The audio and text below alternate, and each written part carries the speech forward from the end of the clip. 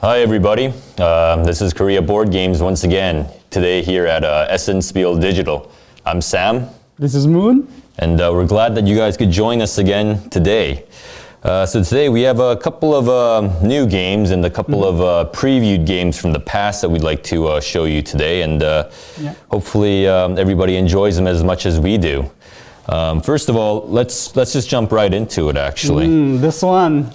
Let me just show the box first. I'm pretty sure some of you may be familiar with Monster Dentist. This was, the prototype was shown at Nuremberg earlier this year. And for those of you that don't know what this game is, it's a pattern matching game where it's between 2 to 4 people for ages 8 and up. And the game usually takes about 20 minutes. And the theme and the idea of this game is you're basically a dentist for monsters, and the monsters came to your clinic because they have rotten teeth and they need some checkup. So what you have to do as the dentist is you'll be given a single mouth mirror, and you'll also be given your individual player board with individual tokens here that you will be using to match what you see inside the monster's teeth using the mirror. So if you take a look at the monster here, it's double-sided. And if I just put the mirror underneath the mouth, or inside the mouth, you can see the different colored teeth that these monsters have. Some of them, well, that one right there is rotten, the rotten green. And some of them are, oh, he's got a lot of rotten teeth actually. That one looks pretty clean though. So basically as you're doing that, you want to quickly move your tokens and match the direction or the location of where you see the teeth. So how will you play? I want to play that. That's what I'm waiting for. Okay, well, let's just jump right into it then. By the way, guys, there's 2 ways to play this. Sam mentioned it was for 2 to 4 players. If it's 2 players, you can play like this, where one player puts the mouth mirror inside this way, the other one puts it this way. But if it's 3 or 4 players, then it's kind of, there's no space, right? Then what ends up happening is 2 people on this side will go like this, or it could be the other side, but anyway, you're competing for space.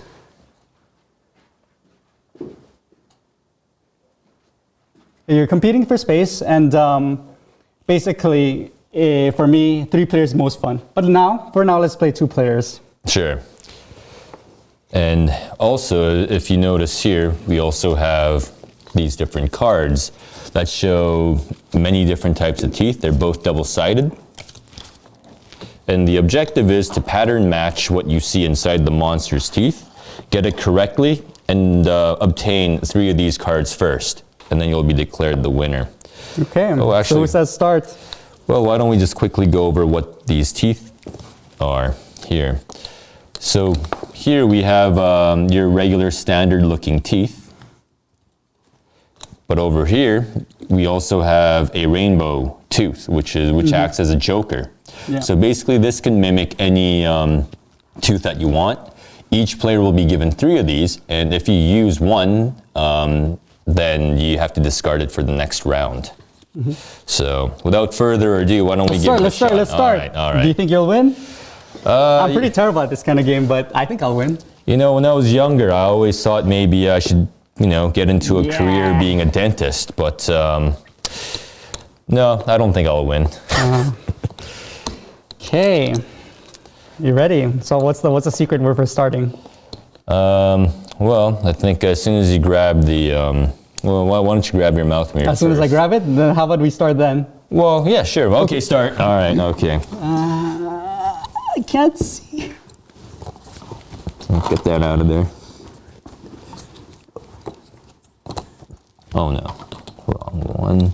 Oh no, oh no, oh no. Then, yellow, good. And then. Done. Oh. Done. You used up all your rainbow tokens. There's only 1 round to this game. All I have to do is win 1 round. Oh, that's right, yeah. So, rainbow tokens, you can only use it once. and then you have to discard. But there's only one round, so that's why I'm kind of cheating. But so basically, you take the problem card out. You don't flip it. You just take it out. It's inverted, and you place it in front of you. How about we get a close up? So if you see the card, maybe this is better. This is the card right now, and this is the pattern that I matched. So let's go over it one by one. So let's see. Rotten, green, healthy. Oh yeah, this one is all Joker, so it's all correct. Rotten yellow, healthy blue, healthy yellow. So if this happens, I keep this problem card. And once I keep it, we go to the next round. I'll have to discard these jokers, these rainbow tokens. But if I collect 4 of these, then I win. Let's say I get the problem card wrong next time. I'll have to throw this away, discard it. So whoever gets 4 problem cards will be the winner. So basically, that's the game. But the game rules itself is very simple. And the fun part about this is kind of the action element to it. You're kind of pushing each other away from each other and kind of... and disrupt the other person. Annoying each other, yeah, annoying each other. And I think that's the most fun part about it. If it's just simple pattern matching, it's all been done before, but that kind of interaction with the other players, that's what I like about this game. And plus, another obstacle in a way is you can't just look and pattern match. You actually have to use a mouth mirror as well, too, which could be kind of tricky at times, too. So, yeah, I mean, we've got a lot of good reception for this game at Nuremberg. Yeah, I mean, the artwork itself is good. So, I mean, people were kind of worried that the monster concept... Oh, no, the monster concept, lost all his teeth. Would be kind of scary for children. But no, I mean, I think the artwork is pretty cute. A lot of kind of, let's say, Pixar movies, they have monsters. So I think it's pretty kid-friendly. This is not in the packaging, but we are actually thinking of a version for a younger audience. This version is for 8+. And if you see the tooth tokens, one is yellow, the other side is green. The colors can be different, so there's a bit of memory, a memory element element of memory in this. But the easier version that will come out, will have the same color on both sides. The only difference will be the healthiness. So it's not out yet, but it's being developed. I will be looking forward to that as well. I like this version though. I do, yeah. No, but I can understand why they're doing it, why we're doing it. We need to, I'm sure the younger audience would get into the game a bit more, easier, if it's like that. But whichever version becomes more popular, I think the artwork itself is so nice. Oh yeah, and I mean, even the gameplay itself is going to be the same. So can't really go wrong. What part about it? Matching or pushing each other, annoying each other? I think both. Both? I think definitely both, yeah. So yeah, I mean, that's Monster Dentist for you. Why don't we move over to... Let's play a dueling game next. A dueling game? A dueling game. Sure, I do have to make up for my first loss. I didn't come to this fair to work. I came to play. Ah, okay. I came to play. I came to win. Well, now this time I'm going to have to unleash my true skills. Ooh. Oh. Uh-oh. Why don't I grab Showdown Tactics? Yep, Sam will do that.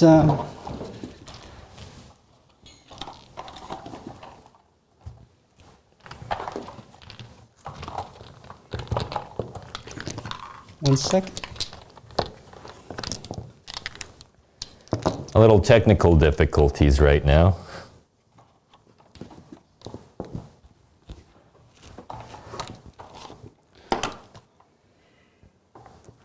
Actually, why don't I just jump right into Showdown Tactics here. So this is another new game of ours called Showdown Tactics. It's another game that some of you might be familiar with at Nuremberg, which was still in its prototype stage.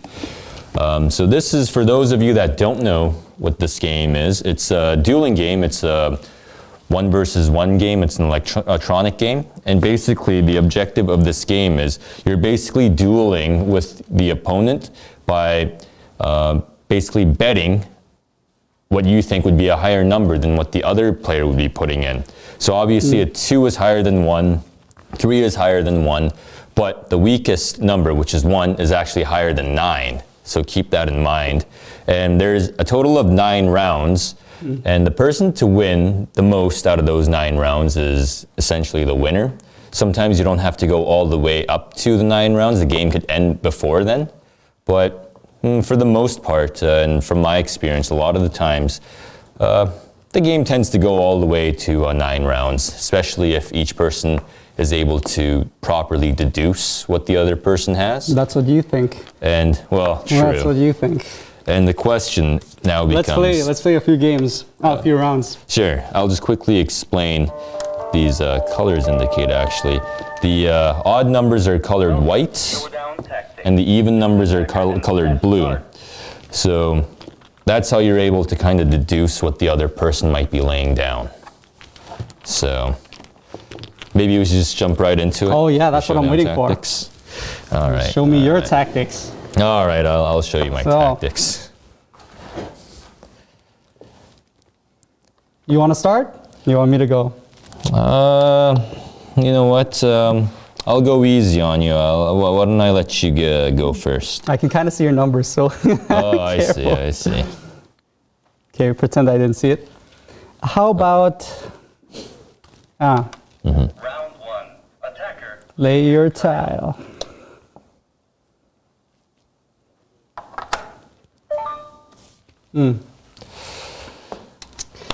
Let's see.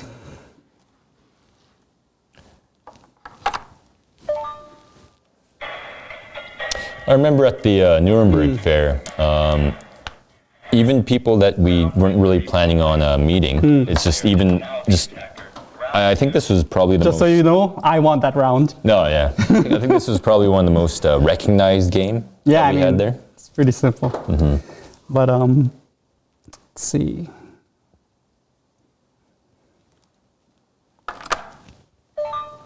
By the way, if the attacker is the starting player, whoever attacks, whoever wins the round previously becomes the attacker. If the previous round was a draw, then the previous winner will be the attacker. So that's why I'm going first, over and over. Right? Even this round, over and over. Maybe. I mean, it is possible. Oh, draw. I see what you put in.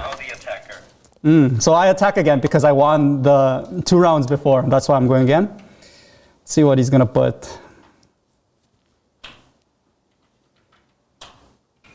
How about this one?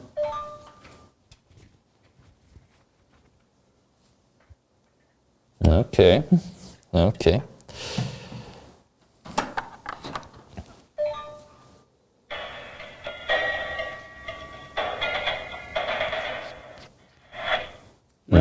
He wins the round, so he goes first. Red player is now the attacker. Round 4. So. Why'd you put your number 3 already? Was that my number 3 though? That was for sure. That was your number 3. I don't know. Could have been. Could have not been. That was my number 2, right? Right? Maybe. That's my number 2, right? Maybe.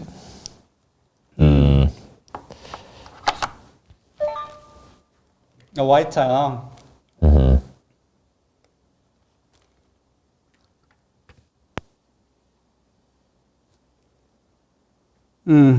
I'll put my white tile as well. I think I won this game. Yeah. It's I like it actually. I think I won this game. Player is now the attacker. Now I say this even though you're ahead. Let's see. Let's take a look. Already confident, huh?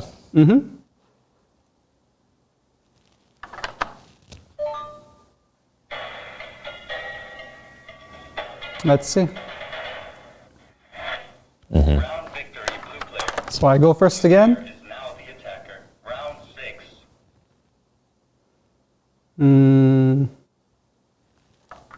Let's see.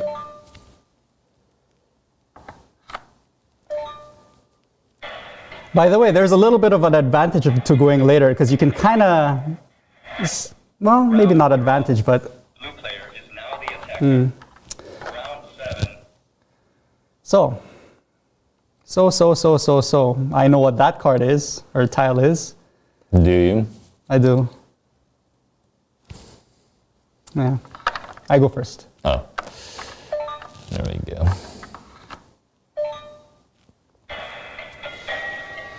Do I win? Do I lose? It all depends on this one. Okay, Now okay. the attacker. Round 8. I think I know what you put down. Yeah. Let's see. Oh. Red player. Oh, Oh, yeah, you know I couldn't see what it was. It was the reflection. We might as well finish the game. Yeah. So yeah, basically, We're tied actually right now. are we? Yeah. I was too lazy to count. All rounds complete. Showdown victory. Oh, did I? You won. You won. Yeah. What? This is all luck. There's Oh, no no, skill. this is all skill. This is You're all just luck. saying that because I won. This was luck, obviously. But yeah, once the game is done, you open all the tiles to check which tiles you put. And you can kind of see, this person was doing it, was thinking something at a certain round. That's why when Boone was saying earlier, when he was saying, I see you lay down the 3. Actually, yeah, he was right. But he was able to deduce that simply by looking at the color and recognizing what number he had and stuff. So you're pretty good at deducing. I'm not gonna lie. Yeah, but I lost, so it doesn't matter. I was just the better player. Yeah. So this was really well received here in Korea. Yeah, it was very surprising. Internationally, we'll mention it later, but Four Gardens was doing very well. But in Korea, this one, I don't know why, but for some reason it exploded in Korea. Oh yeah. Like I also remember showing this to some of my friends, and I obviously didn't give it to them because it was for myself, but it was while it was still packaged. Yeah. And when they just looked at the art design, which is really cool dragon and tiles, and if you just look at the back and all that, just the dueling theme, everybody just loved it. Yeah. They all thought it was going to be really fun to play. Then they wanted me to give it to them, but I did not want to give it to them. Yeah. Because this is for me. So I mean, one of the strong points is it's really easy to learn. All there is to it is, just compare or like bet numbers 1 to 9 and just number 1 beats 9. Everything else, the higher number wins. Exactly. I mean, that's exactly everything there is to it. Simple. But yeah, I mean, the fun of it is just kind of like kind of trying to guess what the other player's putting. We had a few Let's Play with a bunch of guests before, but even then it was more fun, especially if you knew the person. Yeah. Because I know it's weird. Like, it's weird to say that you know what they're going to put because you know them, but I think that there's some truth to it. I don't know why. It's like, I bet this person's going to try to trick me here. Maybe it's like some kind of placebo effect. What do you think? Could be. You know what they say, keep your enemies closer. Yeah. So, perfect fit for a game like this, I'd say. So, yeah, highly recommended. Yeah. Really fun game. So that was Showdown Tactics. Next, how about we play Sweetholic? Let's play the macaron Let's do game. that. So, just to explain the game, you're trying to make the biggest and the most macarons. The objective is to make, there's 2 end conditions. There's going to be a draw pile in the middle. Let's say it's around this high. And if the draw pile is finished, then you play the round and then the game finishes and you count points. Or the game could end if one player makes 3 macarons. And what do I mean by make macarons? Let's see. Here's an example. So, the correct terminology is bake macarons. What you can do. Let's do a close-up of this Of this one? macaron, yeah. Yeah, that's a good idea. So, there's 2 components to a macaron. These 2 parts are the cookie. This is the filling. Pretty simple enough. And you can only match the same color. So example, if I were to do this is cookie, mint cookie flavor. This is blueberry. This is, let's say, lemon. And each turn, you can only put down 1 flavor at a time. And to complete a macaron, you need 2 cookies and a filling. But you don't have to end there. If you want, you can make the filling up to 3 stacks. So this would be the largest macaron that you can make.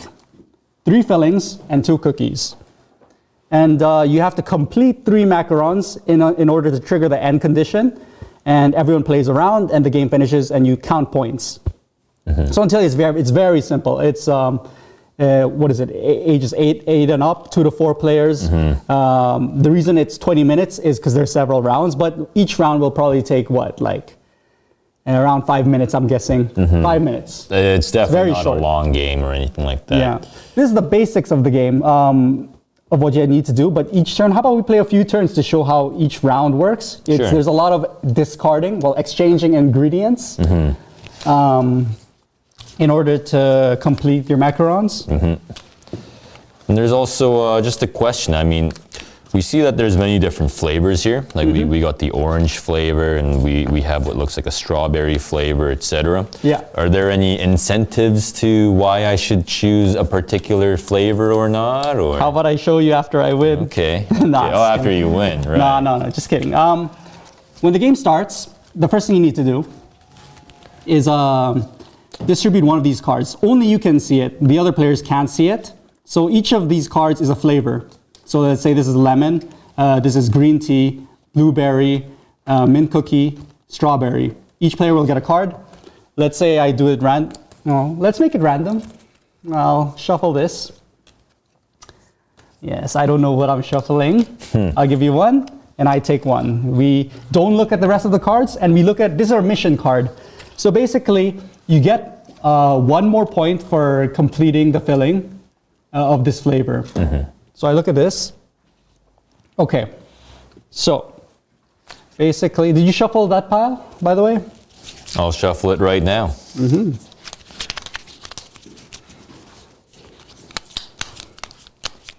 I wonder what objective you got. Objective? The winning objective. Ah, the winning objective. You got the losing objective. I don't know. I feel like this is going to be a repeat of Showdown Tactics. Yeah, how about you just pass on the 5 cards to me? 5 tiles to me, 5 tiles to you. All right. It's a pretty simple game. But for me, I like this game when there's 3 or 4 players. I think a lot of games are like that. Especially when you're discarding something. If it's 2 players, you can play, but obviously it's more optimal if there's more players. So, let's see. In round 1, you sure you shuffled this? Well, I'm sure. Okay. I'm sure. So, round 1, what you have to do is we both have to discard a card without opening it. So why don't you do that? And I did that. And at the same time, we open it.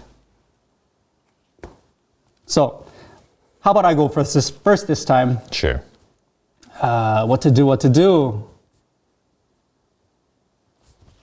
I will discard this card, and normally what you do, if it's a filling card that you discard, then you take 1 card from either the draw pile or your opponent's discard pile. But if you discard a cookie, then you can take 2. So first I'll take 1 from here, and I'll take 1 from here. And by the way, the max hand that you can have is 6. So right now my hand is 5, and I end my turn. Okay, well, I actually just want to discard this. So I think I will take 1 of this. Yeah. And, don't really have any other options. Another way to play this game well, maybe not well, but there's a mechanic to this game. Once you go below 3 cards in your hand, then you have to always fill your hand until 3 cards. So you can, save up a lot of filling in cookies, or you could just spend it right away. So you did your turn, right? Yep. What shall I do? What do you think's good? I personally like the cookies and cream flavor. Should I do this? I'll do this. I'll discard 1. Take 1 here. And take this. So enough. you might have an idea of what I drew because, you know, I stole his right away. I know exactly. Oh, Yeah, so why don't you do, why don't I think it's my turn, so Yeah. I'll just discard, since I know what you're going for, I'm just going to discard this, and then I'll just take one of this. Yep, and that's the end of my turn. yeah. Okay. My turn. I'll put this down. Ooh. I mentioned you could bake the cookies a while ago, right? Yep. So you can either exchange your cookies by going to the discard pile, or you can bake it. So I baked it right now. Yep. And I can't exchange it because I already did it. Oops. So now it's your turn. Okay. I can't fill my hand either because I have three cards in my hand. Right. So Okay, I think I'll discard one of this, and then I'll take up one of that. All right, back to you. discard, and I'll take 2.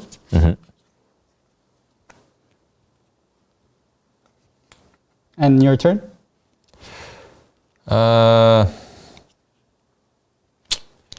Okay, I'll discard, and I'll take 1.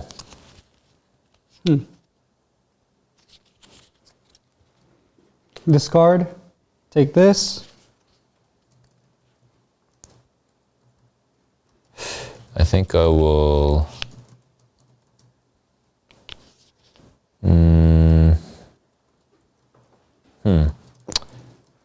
Caught in predicament.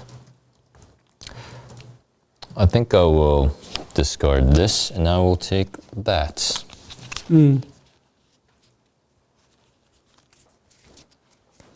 I'll discard this, take this, and take this. And the reason I do this is because we played with the small draw pile. And what did I say about the end condition? I said that the end condition, there's 2 end conditions. One is making 3 macarons, or when the draw pile is over, it's done, we finish the round. And since I went first, you get to go try to finish something. Well, I got this, and I'll lay down 1 topping, 2 topping, Yeah, and should I complete the shell? if you can. All right, I might as well. But you can't do that. I know. So the reason he can't do that, if you see what his card again, a while ago we mentioned that we can only put down 1 color at a time. This is a burnt cookie, so it's a color in itself. So it's different from yellow. You can complete cookies when you're in an emergency, it's -1 point, but at least you get to complete the cookie. But because it's a burnt cookie, it doesn't go with yellow, with the lemon. So that's why you can't complete it. So I guess that means I win. And guess what? I did not complete my mission, but it doesn't matter. You actually completed my mission. Yeah. Mine was actually the orange. Yeah. I was actually playing for the small drop. I just wanted to finish one macaron. But yeah, it's like we said, for 2 players, yeah, it might not be, the most interesting game, but then it really changes if there's 3 or 4 players because if you see there's a draw pile in the middle, and then obviously there's going to be for 1 player, another player, and a 4th player. So there's going to be so many choices when you're making your ingredients. So that's why it's a lot more You get more dynamic. options in front of you, and you can. It gives you more opportunities to switch up your strategy or whatever you're going for. And sometimes you get better opportunities, but at the same time, sometimes it might put you at a bigger disadvantage because other people might start taking things that you needed. So. But yeah, that was Sweetaholic. For our next game, it's a lot more difficult. I like the next game much. I like this game, but then the next game, it's so much fun. What about you? Do you like this one or the next one? You know what I'm talking about. I know exactly which one you're talking about. We have to play it. I mean, I'm the type of guy that really enjoys very simple games like Monster Dentist, even Showdown Tactics. The games like this next one is it's a little hardcore for me. So the next game we're talking about, in case all of you are kind of lost, is World Changers. World Changers, basically you're drafting a super team from history and seeing whose historical team is the best for your new civilization. Actually, before you go on, I just wanted to show everybody this little booklet here. If we can get a close-up of the book. It's World Changers. It's a little illustration of all the characters that will be found in the game. So here we have Genghis Khan. We also have Henry, Lady Godiva, just all of them. And what's nice about this is That's a strong card. just look at the artwork here. I'd say this is probably one of the strong points of this game, the artwork. And there's a small mini description of what this person did and what made them famous. And just right underneath, it also tells you what kind of ability this particular character card will have on the game. But I think it's a really nice booklet to get more familiar with the game, but at the same time, become familiar with historical figures that you might not have known, or if you did know about them, maybe you learned something new. Yeah, watch Helen Keller beat up Genghis Khan. Oh, yeah. Now, you say the strong point's the art, but for me, strong point is gameplay. Gameplay. There's a lot of trolling you can do with this. Oh, boy. So basically, when you start, each player has a token. And the thing about this token, each player has a different color, right? So I chose this one, and Sam has this one. If you flip it over, you pass. So passing is a big part of this game. So you have to kind of keep track, and an easy way to keep track is obviously you flip your player token, show that you have to pass or you're going to pass. The objective of this game is to get points. So if I show you an example of one card, we call it legacy points. So if you see Louis over here, let's see, he has 3 points. If you see another card, let's say Helen Keller. Helen Keller is three legacy points, right? So in the end, you have to have the most points to win. But how do you do this? You do it through effects, and there's 3 types of effects that I will show. If you notice here, there's 3 different colors. So there's blue, purple, and yellow, right? So this is the most basic one. The blue one means it's just an invite effect. You have to draft these characters as your members. So let's say I draft Helen Keller, I have to use the invite effect, which is the wording over here. Let me read it for you. All players with the highest number of members put one of their members to the void. And I'll explain this later. But basically, the blue effect is an invite effect, which means it happens right away. Now, let's say, I'll explain this one next. The trigger effect is the yellow one. It's conditional. When something happens, this effect will happen. So for Henry IV, the effect is when another player passes, you must pass as well. So it's a conditional effect. So certain conditional effects help you or might not help you actually, but it really depends how you make your kind of members. You can use your triggers to your advantage, but other players can use it to kind of give you a disadvantage. So you have to be careful with these, but if you use it well, it's very helpful. The last one I want to explain is the one where you get legacy points at the end of the game, is the purple one. At the end of the game, for example, Leonidas is if the number of members that you have is 4 or less, you get 5 legacy points. Something like this. At the end of the game, something happens. So you have to be careful. If you have all end game cards, it could be kind of dangerous. If you have only trigger effect cards, then if you play well, it's okay, but others can use it against you. Invite effects are the most basic, but not all invite effects are good for you. So we'll see. My kind of play style for this game is I usually go for the end game. End game. Yeah, because every time I play this, everybody is just so competitive, and I just cannot activate any immediate trigger effects. Me, for this game, I usually like to win, but for this game, I don't have to win. I just have to annoy the person next to me. So. That's true. You are good at that. Oh, yeah. Thank you. You're very good Thank at that. Thank you. Proud of it. But I'm anyway, just kidding. when you start, you have to see how many players there are. We are 2 players. And for each player, it's 6 cards. 6. So we get 6, and then we don't look at the rest of the cards. We have to, without looking, we have to just discard the rest of the cards and not use it the rest of the game. So Here, he will pass me 2 cards, and Sam will take 2 cards. And a while ago, there was one of the cards mentioned the void. What is the void? When you start, there's 4 cards in the void.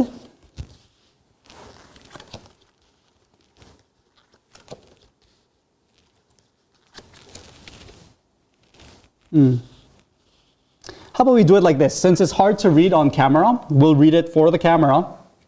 And to make it easier, how about we do it like this? Yeah, sure. So, this game, do you want to start or should I start? Why don't you start the game off? Good old MLK. So basically, as we play, we'll show you how each turn works. Basically, you have to choose one of your cards. There's 2 cards in my hand. Or you can choose one of the 4 cards in the void. This is the void. The draw pile is not part of the void. These 4 cards are the void. So one of these cards or one of the 2 cards in my hand. And after that, you always have to fill the void until it's at least 4 cards. So if there's already 4 cards, you don't have to discard anything. But if I, let's say, for example, if I take, who should I do? I will put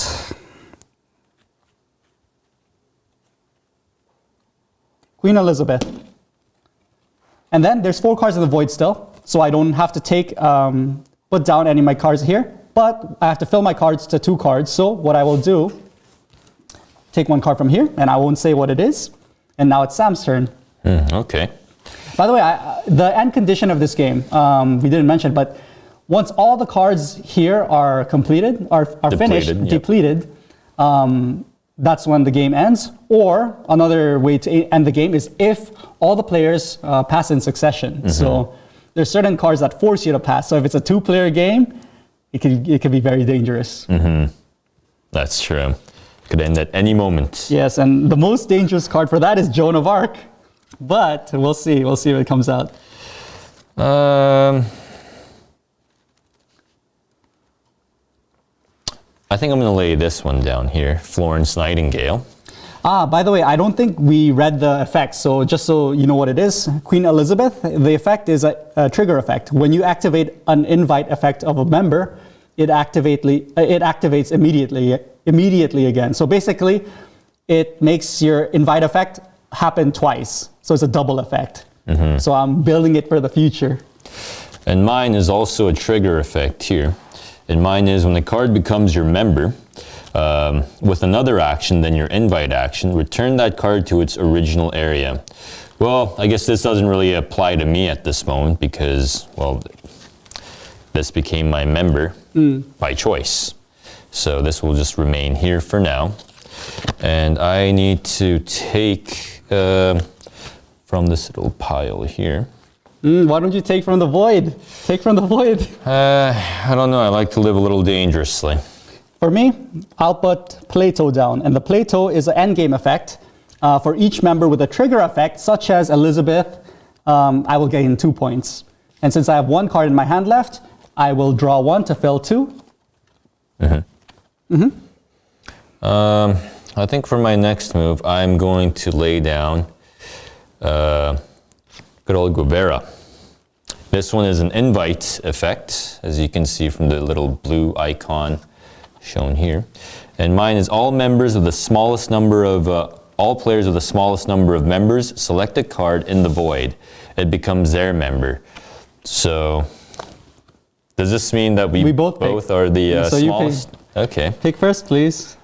You know what? I think I'm going to take Nostradamus.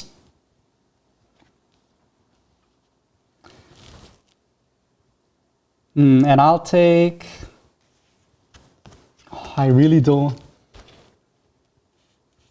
Oh, but I also need to fill my hand. But I also need to take, so... Let's see... Oh, this is a very hard choice. Should I just take Helen Keller? Ah, there's no time. There's no time. Here, I'll take Qin Shi Huang. Okay. Okay, so it's my turn now. Yep. What do you have?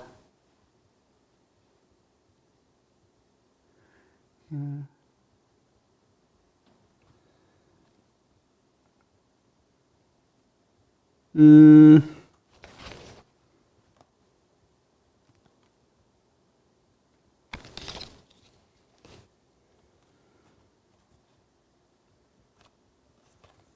Qin Shi Huang.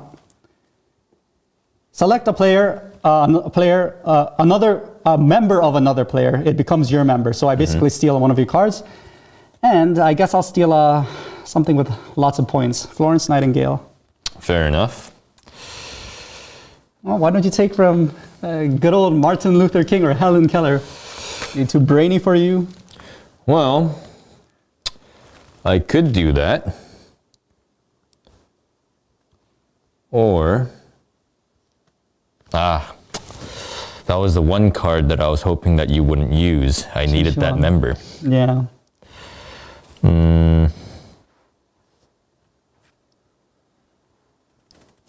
I think I win. I don't know. I think I I win. don't know. What are you gonna play? What? It's not like you. Or even if you have Joan of Arc, it's. Wait, can you win if you have? Oh no, I still win. I think. Why don't I lay this down? Select a member of another player. Make it my your member, but you take this card. Oh yeah, well, that's fine. All right. Well, I'll take this back. At least There you go. deny me 2 points from Plato's effect. The reason he did that was because if I kept Florence Nightingale, she's 4 points. But because the endgame effect of Plato is for every trigger effect, you get additional 2 points. Florence Nightingale to me would have been a 6-point card. So that's why he did this. But it doesn't matter because I win. You sure? Yeah, you have 1 card left, right? Yeah.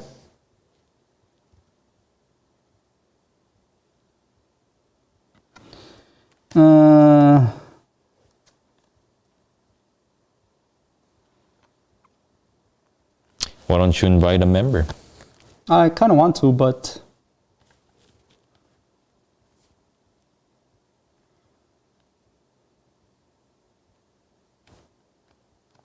Yeah, I'll get Helen Keller. Ah, sorry. We made a mistake here. We should have filled the void. But, well, actually, I don't think that really matters because right now they do have the 1 card to end the game. You do? Yeah. Oh. But we should fill the void first. We should, yeah, we You should. should fill the void first, right? Yeah, I mean, we should. But Yeah, let's say- I figured this was going to end like Yeah. right now, so. Okay, let's say it's a bit of an error, but Helen Keller and I have to just discard these. But yeah, why don't you place that card?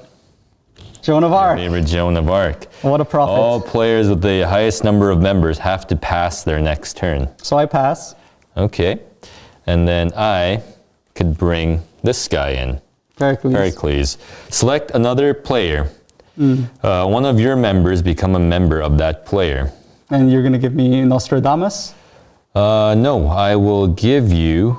I think Nostradamus is the, the most... I guess I will give you... Oh. Sorry, like before you did that, I was supposed to... what is it? All players with the highest number of members put one of their members to the void. So I should have returned 1. And who should I put? I guess I'll put Qin Shi Huang. So you can use Qin Shi Huang if you want. Well, actually, since I took this, I should probably put it back then. Yeah.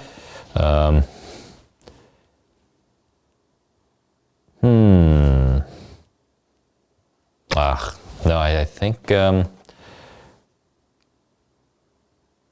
you know what? I think I'm going to take this Yeah. and select a member of another player. It becomes your member. I will take back Robespierre. Oh, this there. Yeah. So there's nothing I can do here. I guess I'll just take this, and I'll give you Yeah, better to give you this one. Sure. Well, I believe the game is now ended. You can still invite. Nope, I want to pass. Now the game ends immediately. No, I can just take it and extend the game now, but yeah, there would be no point. But yeah, the game ends immediately, and right now, even though I have this endgame effect of Plato, I don't have any trigger cards, which means it's 5 points, 1 point, 1 and 3 points, so it's 9 points. And how many points do you have? I have 1, 5, 8 plus 12, 15 minus 3, so I have 12. Yeah. Ended with 12 so far. Yeah. So I believe you have to eat your words now. There's nothing to eat. That's true. There was nothing to eat. That's true. I'm very hungry right now. So. But yeah, World Changers, there was a bit of an error in the middle, but I hope you got the gist of the idea. There's you have to be careful with trigger effects and invite effects. Kind of end game effects you're building is for building a late game build or maybe far into the future. But as you can see, he has a good mix of trigger and invite effects. So it's a pretty good membership draft that you have. The one that I despise is this card, Joan of Arc. So for me, it's really strong because you get to deny the player, your opponent a turn, and it's 3 points. So basically what you can do is, let's say your opponent, you're in a 2-player game, your opponent has more cards than you, but you have more points. Then you can put Joan of Arc down and you can end the game immediately. Because the other player has to pass, and you can just pass as well, which means all players passed, and that's one of the end conditions. So yeah, there's different metas, different builds to this game. But yeah, the one having Joan of Arc, for me, is really one of the strong cards. That's true. And yeah, I mean, it's I really like this elements of using all these historical figures and kind of associate, because if you read some of their abilities, it actually kind of ties to what they're famous for doing, like their actions in the past, and I think that's pretty cool. And I also like to read that little booklet that I showed you earlier too. I don't know, maybe it's the nerd in me or something, but I just really like hearing or knowing or learning about all these historical figures from the past, and to do that while you're playing a game, I think it's really cool, I feel like. How about we explain a couple of cards just to show you what other cards there are. There were a lot of cards that were not used. How about I'll pick 3 cards, some of my favorite cards, and I'll explain it to you. So, one of the cards I really like is Miyamoto Musashi. Basically, what you have to do, if you put this down, everyone with 4 legacy points or higher, if they have these cards, they all have to discard it. So basically, you can prolong the game with this card because, who doesn't like cards with a lot of points? So if people have 4 legacy point cards, 5 legacy point cards, bam, you put it down, everyone has to throw it away. So that's one of the troll cards, but I really like it. It makes the game so interesting. For you. Yeah, these are the cards I... Machiavelli, yes. What is it? You have to be feared, and it's better to be feared than loved. What was this quote? I forgot, but something like this. Select a member of another player and copy the invite effect. So basically, you can copy any player you want. So brings fear to your opponent. If the opponent, even if your opponent has a lot of really good cards, you put Machiavelli down, you copy their effect and feed their effect right back at them. And he also wrote the book, The Prince. The Prince. Have you read it before? I read it, I believe, 5 times during college. Because I took maybe 4 similar courses or something. One's European history, another one is what is it?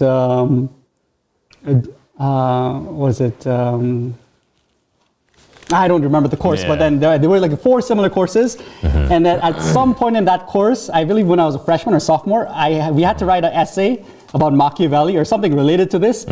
So I think, I'm not saying I did it, but maybe I used the same essay for a couple of the same classes. But it turned out well. I didn't hear nothing. Yeah, But maybe I did. School, I'm not saying I did it, but maybe. So then how closely, how accurate would you say these abilities tie to the actual... Better to be feared than loved? Or look at this situation. Wise. Let's say Miyamoto Musashi, your opponent has Miyamoto Musashi. So, but the effect is already done. Let's say you put Machiavelli to counter this. So you put Machiavelli. So you say, okay, I'm going to copy Miyamoto Musashi's effect. And let's say your opponent had a really strong card, such as Genghis Khan, or let's say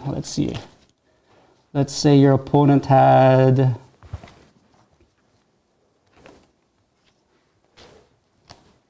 let's say it's Pericles, yeah. So, let's say your opponent has this, and he has Pericles. And you put your Machiavelli down, and say, okay, I'm going to copy the effect of Miyamoto Musashi. You have to, all players with a card that is 4 legacy points or higher has to discard it. Basically, I don't have to throw anything away. Opponent has to throw away Pericles, and then there's nothing they can do about it. So it depends how you use it, but it can be pretty accurate. Bring fear to your opponent. The last card I want to show out of the cards that I like is Marco Polo. Marco Polo is kind of unique card. Well, not unique, but it's kind of weird because he's a trigger effect. And when the trigger effect that he has is when you have to throw away one of your members, you can throw away Marco Polo instead. So he's kind of like a defensive card. If you have a really strong card, but there's a lot of cards where you have to, where it says, let's say like you have to take another opponent's card, you have to discard a card. You can defend it with Marco Polo because you can throw this away instead and keep your strong card. So I really like it when I'm kind of when I'm trying to make a defensive barrier to my members. Yep. So it depends how you play, but yeah, I think it's because I like a lot of like attacking cards. That's why I tend to like defensive cards as well, because if you just attack, then it's kind of dangerous on yourself as well. Right. Well, I believe this round, though, I was the winner. Yeah. I was the winner. All right, perfect. I mean, it's a little tough for me, but at the same time, I think it's a really cool game. Very, very cool concept. Not too difficult to learn. Yeah. Great artwork as well, too. And you learn a thing or two about historical figures. So, yeah, I think it's great. Or you go back to the memories of college where you maybe wrote gave in the same essay for like 4 different classes, maybe. Oh, boy. But I'm not saying I did. Oh, yeah, I mean, I didn't hear anything, so. Yeah. So, yeah, that's World Changers. Yeah. So. I mean, we have a lot of games during this spiel as well. We presented Four Gardens, Fruit Picking, Mine Deeper in the past, just so that you guys can see what it is. Here's the pagoda for Four Gardens. I think this game, a lot of people are already very familiar. Because, I mean, they've seen this in Nuremberg. We've shown this at UK Games Expo, Gen Con. Yeah. It's really... It was the most successful game internationally this year. So, oh, absolutely, yeah. So I was, well, not surprised. I was pleasantly surprised with Showdown Tactics, but I kind of knew this was kind of going to be successful. Oh, yeah, even in Nuremberg, like I remember, like people would walk by if it wasn't Showdown Tactics. Yeah. It would be this game, and they would all say the reason why they came was because of this tower. You know, it's got a very nice tabletop presence, and the artwork is just really nice as well too. Like with these cards here, I mean, they're not laid out in proper sequence, but you can kind of see, kind of get an idea of what image these cards will make. A nice little panoramic view. Yeah. And it's just a really nice game. And pretty recently also received a Dice Tower Excellence. Seal of Excellence? Seal of Excellence as well too. So. In case you guys don't know, Four Gardens was actually one of, how it came to be was we had a design contest in 2018. And this was actually the winner of that design contest. out of our submissions. So it won the design contest award.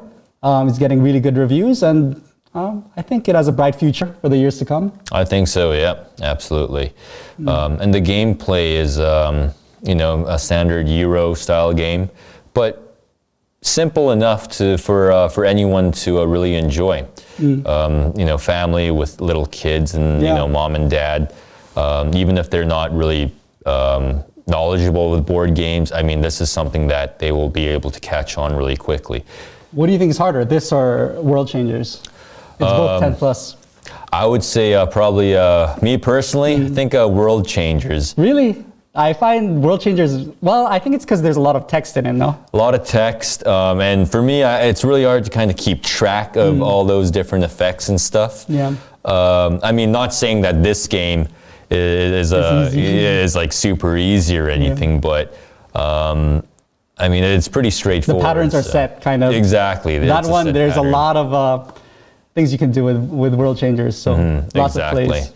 And as I said way earlier, like I like games that have some kind of like toy mechanic or some kind of a gimmick, which is exactly what this Pagoda is. It's a gimmick, but it works because this really adds to the overall feel of the game, which I think is a pretty important part for why this game is very successful and very popular. Well.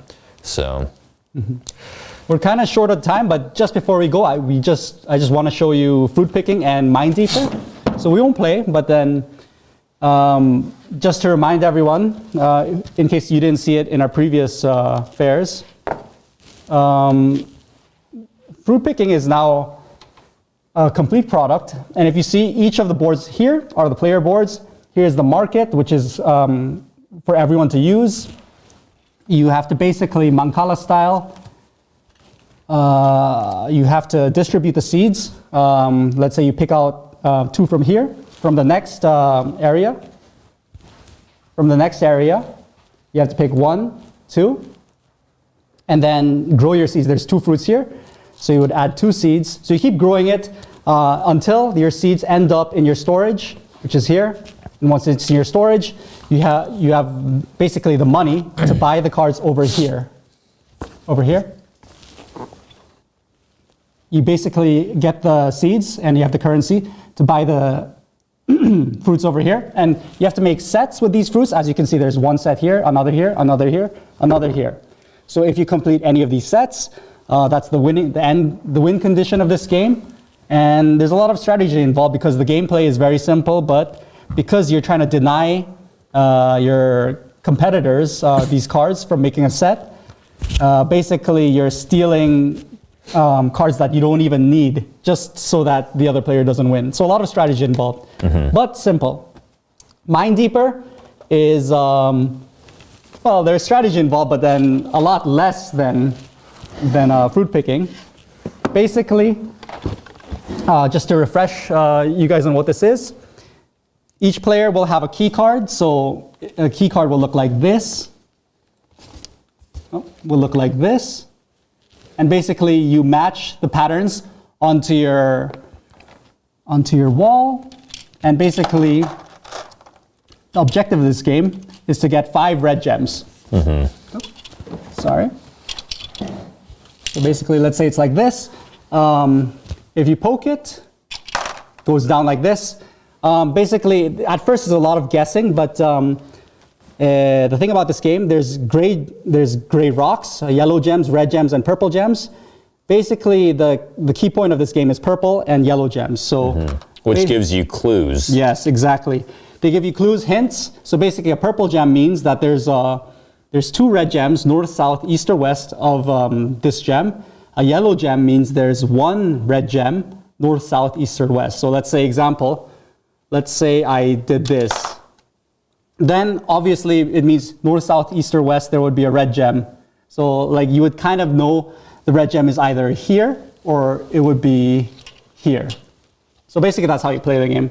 Very simple. But yeah, What about this game? What do you think? It's like Battleship or Minesweeper. Oh yeah, exactly. Except you're working in the mines and stuff. And again, We're trying to sell this game. We're trying to I sell it. know, which is good, right? Because You're in the because you're digging up precious gems. Yeah, it's- And I personally like games like this. You know, again, once again, toy elements. You know, Yeah. and it's real-time action. I really like this game. action games. Yeah, just really simple.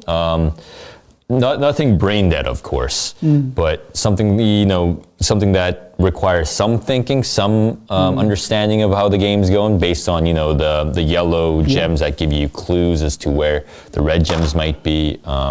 Yeah, I really like these interactive games. So So you're an action game guy. I'd say so. Yeah, an action children's game kind of guy. For me, it's more about not fruit picking, Four Gardens or World Changers. So I guess it's all preference, but we have a pretty diverse lineup. So Yeah, oh yeah. I mean, we have games that will beat whatever it is that the person's looking for. It's very diverse. So it really just depends on the person's preference. Yeah, you're right.